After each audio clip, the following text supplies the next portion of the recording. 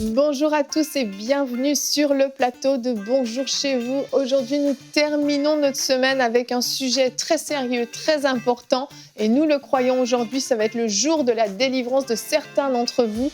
Notre thème, es-tu sous l'emprise d'une addiction? Nous allons parler de toutes ces addictions qui pourrissent possiblement votre vie. Peut-être que vous êtes actuellement sous l'emprise d'une addiction, peut-être que vous n'en avez même pas conscience, mais aujourd'hui nous croyons que le Seigneur va se manifester puissamment dans vos vies. Amen. Et je serai avec Frank et Aurélie. Bonjour tous les deux. Bonjour. Hello, Evelyn, bon vendredi. Bon vendredi. Hier, on a parlé d'un sujet aussi très très sérieux, la pornographie, qui est une addiction aussi. Et on vous l'avait dit, si vous avez suivi l'émission, on a dit que nous allions prier pour vous aujourd'hui. On va prier non seulement, oui, pour la pornographie, mais toutes les addictions possibles. La cigarette, la drogue, l'alcool, la télévision même. Il y a tout un tas d'addictions. Certains sont complètement accros même à leur téléphone portable. Oui. Il y a beaucoup d'addictions. Et on va voir aujourd'hui ce qu'est réellement une addiction, comment on tombe dans une addiction et surtout comment on peut s'en défaire. Donc ça va être une très belle émission.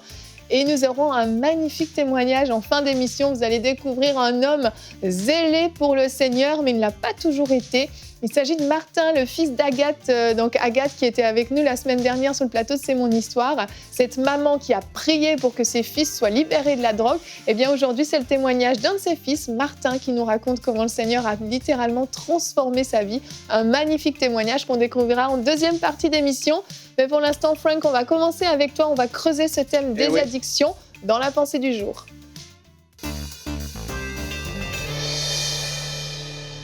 Aujourd'hui, je vais vous parler de deux formes d'addiction.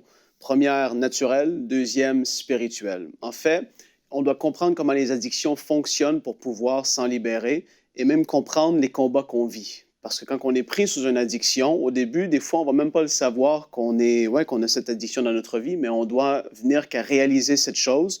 Parce que le désir du Seigneur, c'est qu'on puisse être libre à tous égards. Et je sais qu'est-ce que c'est. On a tous vécu des sortes d'addictions dans nos vies, des trucs qui comme nous faisaient la guerre, si je peux le dire comme ça.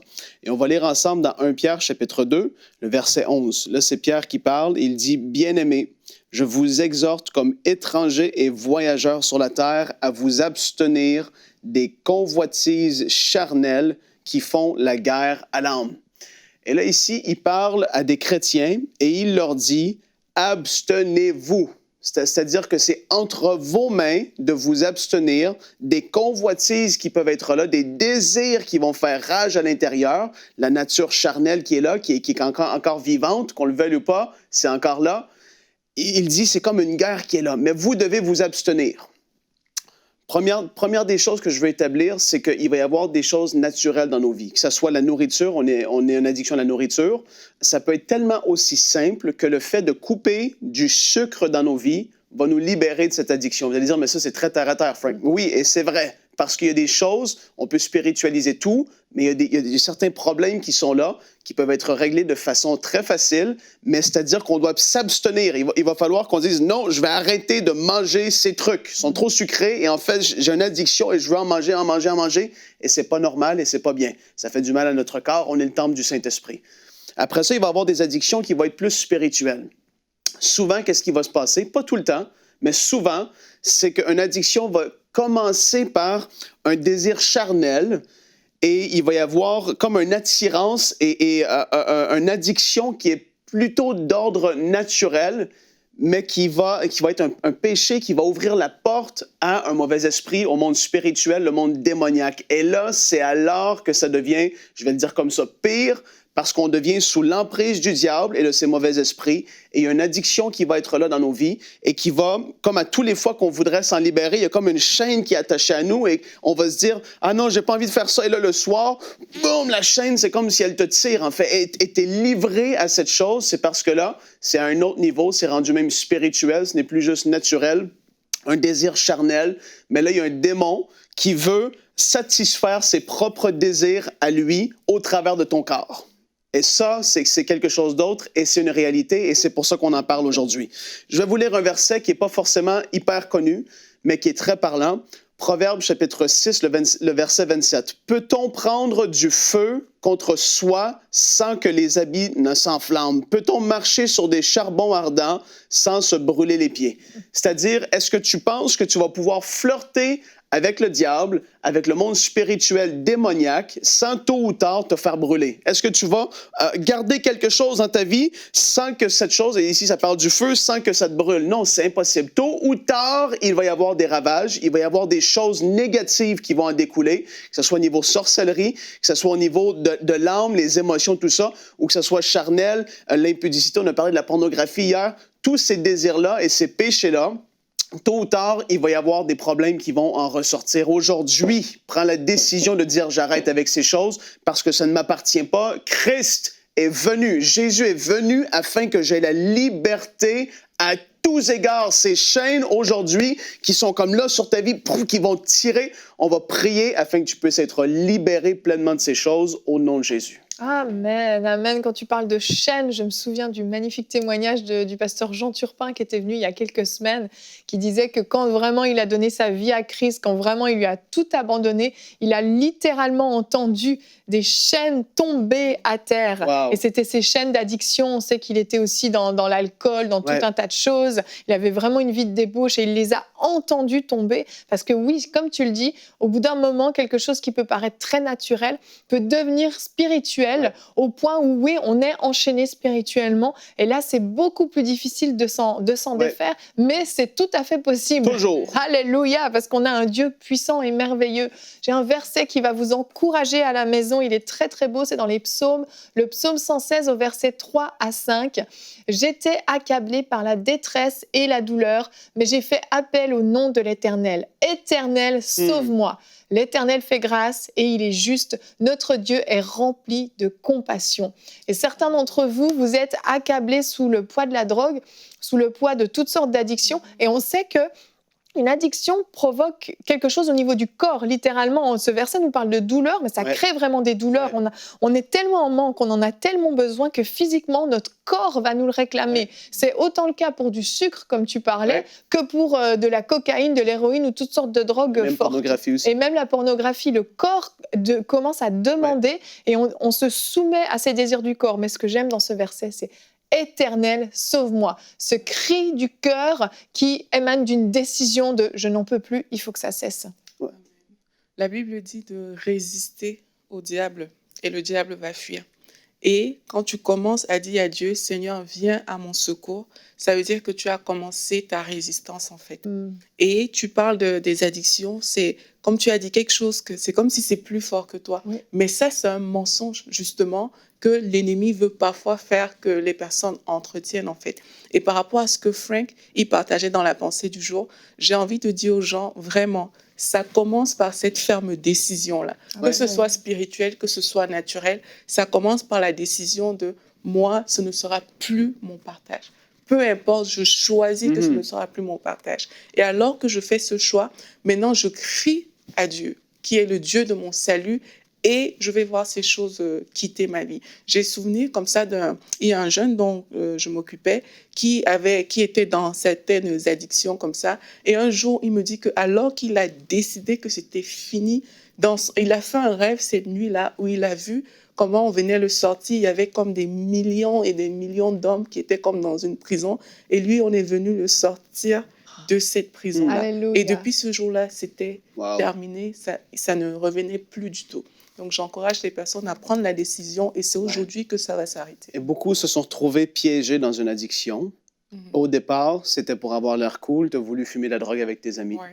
Tu étais à un party, 12, 13, 14 ans, tout le monde regardait de la porno et soudainement, tu t'es dit, ben, je ne vais pas m'en aller. Tu sais que tu devais, mais là, tu te retrouves que tu es lié par cette chose. C'est tellement banal. Et pour certaines personnes, et je tiens à le dire, Galates chapitre 5, ça nous dit que marchez donc par l'esprit et vous n'accomplirez pas les désirs de la chair. Il y a certaines personnes que leur délivrance va venir par le fait qu'ils vont s'accrocher et s'affectionner aux choses de Dieu Au lieu des choses de la chair, ils n'auront plus les yeux fixés sur ces choses, qu'ils vont vivre cette délivrance. Il y en a d'autres, ça va être une délivrance spirituelle, un mauvais esprit, on va prendre autorité, et c'est ce qu'on va faire maintenant. Il faut prendre la décision, Evelyne, de reconnaître qu'il y a une addiction dans notre vie. Deuxièmement, il faut vouloir s'en défaire. Si tu ne veux pas t'en défaire, cette chose va rester. Et c'est tout, point final. Les personnes ont traîné des addictions 60 ans dans leur vie parce qu'ils ont affectionné cette chose-là plus que la liberté en Dieu. Et après ça, aujourd'hui, qu'est-ce qu'on va faire? On va prier, on va prendre autorité pour que cette chose quitte. Exactement, c'est ça. Il faut vraiment que vous décidiez, vous preniez cette décision. On ne peut pas le faire à votre place. Je rebondis juste 2 secondes, Frank, sur ce que tu as dit, qui est hyper important. Le fait d'affectionner les choses d'en haut plus que les choses de la chair. Et très, très souvent, vous allez voir que si vous êtes rempli de la présence de Dieu, rempli de la parole de Dieu, vous passez vraiment du temps à vous connecter aux choses de Dieu, vous allez voir que ces désirs pour toutes les addictions dont on a parlé vont en fait d'elles-mêmes s'en aller. Et c'est le cas pour beaucoup de choses. J'ai entendu tellement de témoignages de personnes qui, sans s'en rendre compte, ont été finalement complètement délivrées d'addiction parce qu'ils ont fixé les yeux sur Dieu. Parfois, on est tellement en train de se dire « il faut que je sois délivré, il faut que je sois délivré, il faut que je refuse, il faut que je refuse ». On met toute notre énergie, mais nos yeux sont focalisés sur quoi? Sur notre addiction. Au lieu de les fixer sur le Seigneur. Et ça va vraiment tout changer. Et aujourd'hui, pendant ce temps de prière, je vous encourage, vous allez fixer vos yeux sur Dieu et vous allez prendre une décision. C'est un cœur à cœur avec Dieu. Nous, on va prier, mais la décision vous appartient. Amen. Faites juste là où vous êtes, si vous reconnaissez que vous avez une addiction quelconque et vous voulez en finir, on va prier pour vous tout de suite. Fermez les yeux là où vous êtes et faites juste recevoir ce que vous avez à recevoir aujourd'hui. Seigneur, nous voulons te remercier pour ta grâce. Nous voulons te remercier pour ta fidélité. Et Seigneur, tu es venu et tu as dit que moi, je suis venu afin que tout le monde puisse être réellement libre. Celui que le Fils a affranchi, il sera réellement libre. Et on veut te remercier parce que tu as complètement démoli toute autorité spirituelle, tout mauvais esprit. Tu les as dépouillés, tu les as livrés publiquement en spectacle. Et aujourd'hui, on vient au nom de Jésus-Christ, celui qui est au-dessus de tout homme, de tout nom, qui peut être nommé sur cette terre. Et aujourd'hui, je prends autorité contre cette chose dans ta vie. Que ce soit la cigarette, soit délivrée au nom de Jésus-Christ. Que tout esprit qui s'est rattaché à ta vie, tout esprit d'alcoolisme qui est là dans la famille de génération en génération, nous détruisons par l'autorité du nom de Jésus ces forteresses, ces liens générationnels. Sois libre à tous égards au nom de Jésus. Je viens contre tout esprit d'impudicité, d'impureté sexuelle, contre tout esprit qui anime ce désir de pornographie et d'aller tout le temps plus loin dans les choses sexuelles. Sois entièrement libéré de ces choses dans ta vie. Esprit méchant, tu quittes sa vie. Nous brisons tes liens, nous brisons tes chaînes sur sa vie. Au nom de Jésus-Christ, sois libre, toi qui essaies par tes propres forces depuis tellement de temps. Sois libéré aujourd'hui, c'est ton jour. Satan t'est vaincu. Nous prenons autorité contre toute forme de gourmandise, toute forme d'excès de table, au nom de Jésus. Ce qui a débuté, ce qui était quelque chose que les gens en riaient. Aujourd'hui, tu es lié par la nourriture. Sois entièrement libéré de cette addiction au nom de Jésus. Seigneur, nous te remercions. Addiction au téléphone, addiction aux choses qui sont ici sur cette terre, affection aux choses charnelles.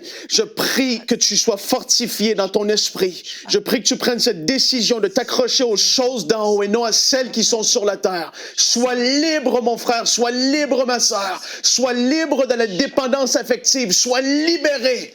Ce n'est pas normal et c'est cyclique dans ta vie. Sois libre de ça. Le Seigneur t'appelle à être seul pendant une saison. Au nom de Jésus-Christ. Seigneur, on veut te remercier par ceux qui sont pris par la drogue, vont être libérés aujourd'hui. Seigneur, ta présence agit là où ils sont. Tout esprit de dépendance à la drogue soit chassé au nom de Jésus. Tu n'as plus aucune place dans leur vie. Je brise tout lien d'héroïne, de cocaïne, de marijuana, de toute forme de drogue dans ta vie. Sois entièrement libre. Sois restauré au nom de Jésus.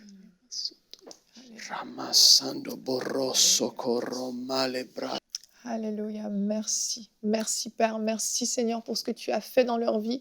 Certains d'entre vous, vous avez peut-être eu des manifestations démoniaques pendant le temps de prière. Il s'est passé certaines choses peut-être dans vos corps, peut-être que vous avez pleuré, peut-être que vous avez crié. Laissez simplement le Seigneur faire son œuvre en vous et vous avez juste à vous laisser aller, laissez-vous faire, laissez Dieu vous délivrer et vous guérir. Certains, vous aviez des blessures intérieures, le Seigneur est en train de guérir vos cœurs. Laissez le Seigneur faire son œuvre, ne retenez rien du tout. Et je vais vous laisser maintenant découvrir le très beau témoignage de Martin. Vous allez voir ce jeune homme super zélé pour le Seigneur et vous allez voir comment lui, Dieu, l'a complètement délivré.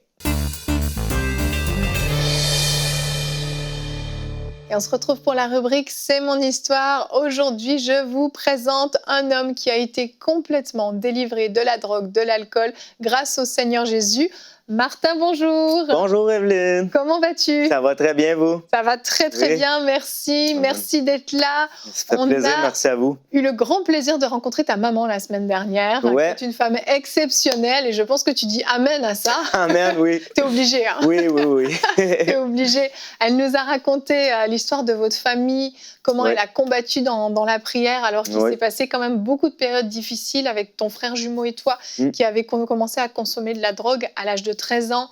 La perte de votre frère aîné dans un accident de voiture, Ouais. ça a été tragique. Et elle nous a parlé aussi de toi qui a eu un grave accident de voiture alors que déjà tu consommais quand même beaucoup de drogue, beaucoup d'alcool à ce moment-là. Ouais. Et tu as eu un accident de VTT. Oui, c'est ça. C'est ça, j'ai dit de voiture. Oui, pardon, j'allais hein. vous couper, là, mais T'aurais pu. VTT, oui. De VTT, Ouais. mais ça a été aussi violent que si tu avais été en voiture Ah finalement. oui, Parce c'est un que- arbre avec ma tête, là. Un arbre avec ta tête. Ouais. Ça a eu traumatisme crânien, elle nous a expliqué 2 mois dans le coma. Quand tu es sortie de là, tu n'avais plus de mémoire pendant 1 mois, tu avais vraiment perdu la mémoire. Comment tu te sentais et qu'est-ce que ça a impliqué en toi, cet accident? Ah, en fait, cet accident, moi, je suis sorti d'hôpital et j'ai été en réhabilitation à Trois-Rivières pour les traumatismes crâniens et tout. Et je voyais beaucoup de cas là-bas, des accidents de motocross, peu importe, du monde qui était fini pour... tu sais, je peux vraiment donner une gloire à Dieu que il en manquait juste un petit peu. Il fallait que je réapprenne à marcher, à écrire, à tout. Là. J'avais perdu la mémoire, oui. Le fait que lorsque j'ai sorti de l'hôpital, lorsque je suis sorti de réhabilitation, après ça, j'ai retrouvé mes chums et je suis retombé dans la drogue, dans l'alcool. C'est ça, parce que tu avais des amis qui consommaient beaucoup de drogue, beaucoup oui. d'alcool. C'était les parties. On t'avait dit à toi, avec ce que tu avais eu à la tête, il fallait vraiment éviter toute consommation de drogue et d'alcool pour permettre à son cerveau de se remettre. Oui. Mais finalement, toi, tes fréquentations, tes amis t'emmenaient dans des sorties, dans des fêtes, où Oui. tu as recommencé à consommer de l'alcool et de la drogue. Oui, c'est bien ça. Et ça là a duré quelque temps. Au point tel que j'étais rendu que je consommais et je perdais mes mots. J'étais rendu vraiment au fond, au bout. Là. Mm-hmm. Mon médecin m'avait dit vraiment que c'était vraiment pas bon. Je suis en réhabilitation. C'était là que le cerveau il se régénérait et tout. Et à un moment donné, j'étais à une fête et cette soirée-là, on était dans le party. Mon frère était là. Et moi, je suis sorti dehors. Je voulais aller m'enlever la vie. J'étais vraiment rendu au bout. Là. J'étais au fond du baril, je pognais le fond. Là. Et j'ai crié vraiment à Jésus de toutes mes forces. Et j'ai comme senti une onction descendre. De quoi descendre? Et je me suis mis à... Je voyais plus le monde. Je voyais le monde différent. Et je me suis mis à parler comme une autre langue. Et le lendemain, j'ai continué. Et la drogue... Baptisé du Saint-Esprit Oui, à ce moment-là. oui, à ce moment-là, oui. Soudain de même. Et le lendemain, j'ai flashé la drogue dans les toilettes. J'étais chez mon frère. Tu as tout jeté, J'ai tiré la tout chasse jeté. d'eau. J'ai dit au nom de Jésus, j'en veux plus de ça dans ma vie. Je suis parti à pleurer, délivrance bien raide. J'ai appelé mes parents à Drummondville, ma soeur Saint-Hyacinthe. Ils ont descendu. Je me suis fait baptiser là-bas parce que mon grand frère restait... Une maison séparée en deux. Son beau-père, c'est un pasteur, donc il m'a baptisé dans la piscine. Et Wow. je me souviendrai toujours, cette journée-là, il mouillait et je suis rentré dans la piscine. Quand je suis ressorti, il y a eu une grosse arc-en-ciel et vraiment, ma vie, elle a changé du jour au lendemain. C'est Je extraordinaire. suis... Ouais.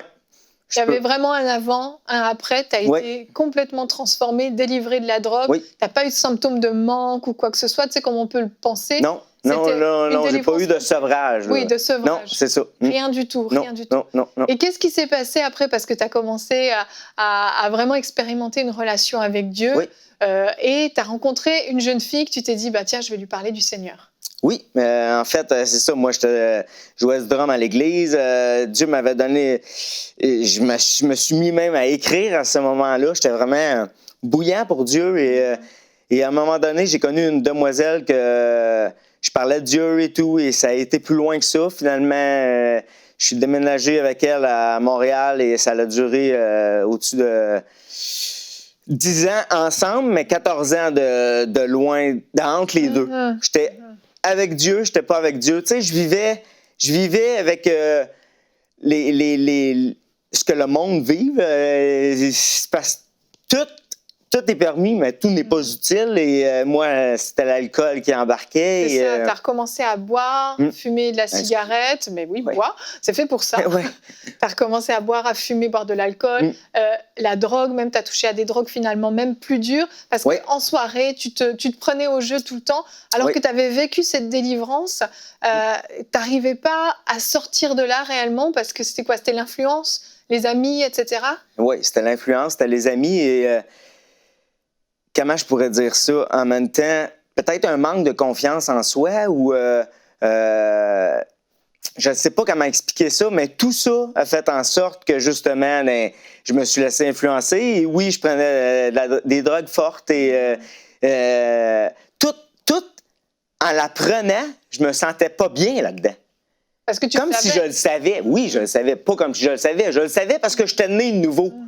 J'étais né de nouveau et je vivais dans le pattern de la drogue et de party de quelqu'un qui connaît pas Dieu.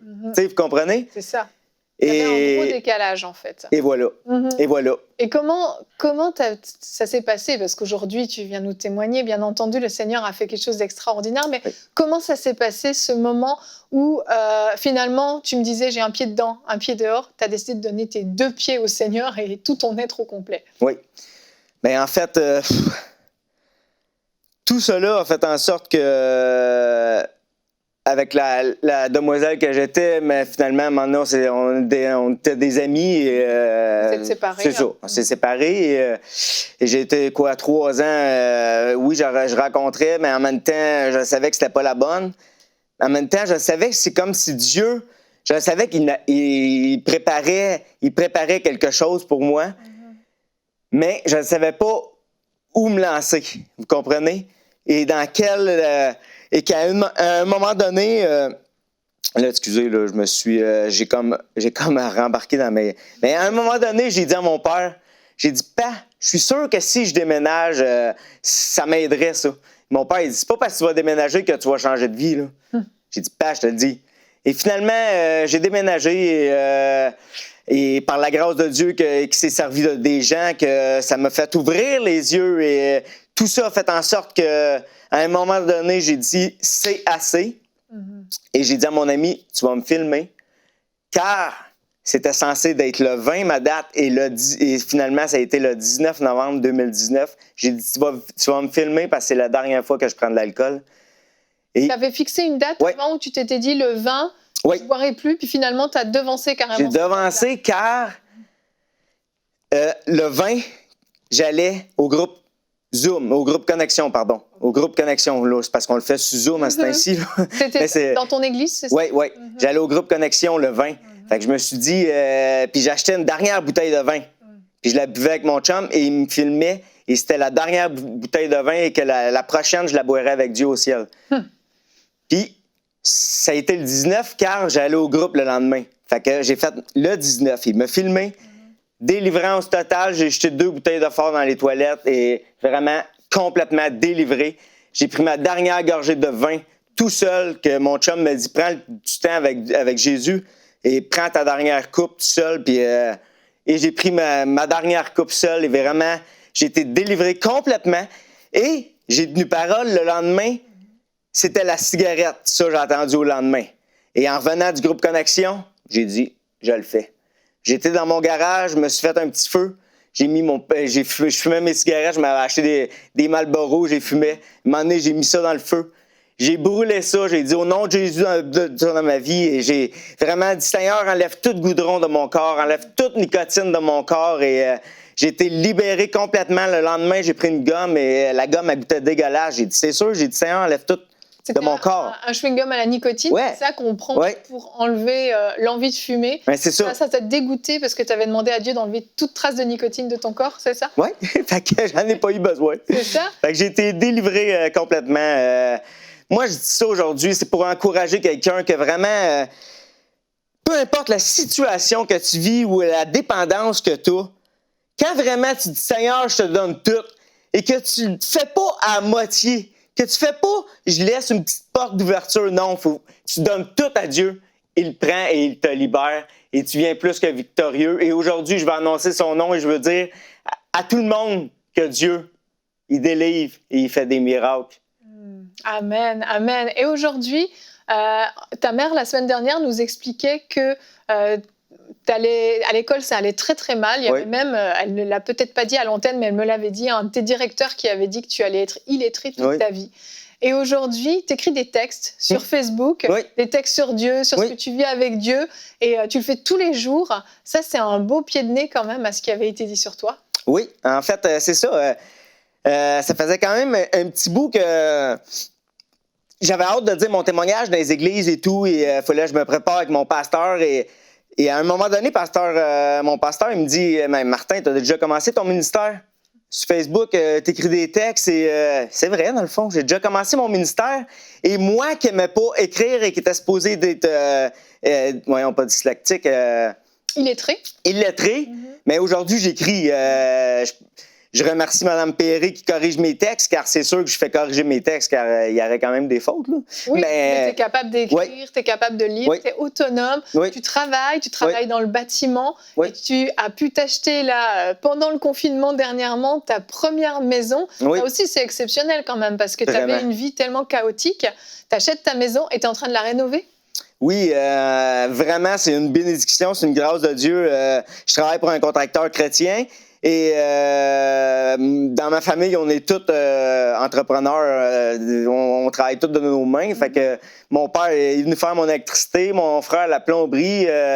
Moi, j'ai fait des poutres, des comptoirs en époxy. Tu sais, vraiment, on transforme ma maison à petit prix. C'est vraiment une grâce de Dieu. Et ça me permet de pouvoir témoigner autour de chez moi, car Dieu m'a vraiment mis d'un quartier d'évangélisation. Et je peux dire merci Seigneur, car c'est ce que je veux faire, parler de Dieu. C'est ça, tu vas faire ton footing tous les jours, pratiquement tous les jours.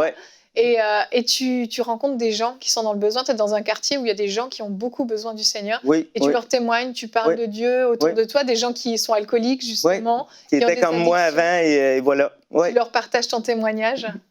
C'est bien ça, Evelyne. C'est génial, c'est génial. Merci vraiment, Martin. Ça fait plaisir. Et on rend grâce à Dieu de ce qu'il a fait dans ta vie et on prie vraiment que ça puisse être le cas de nombreuses autres personnes parce qu'on voit que tu es un homme complètement transformé. Gloire à Dieu. Je crois que vous avez été vraiment édifiés, encouragés. Vous avez vu, Martin est vraiment très, très zélé. Il aime le Seigneur. Il sert le Seigneur de tout son cœur.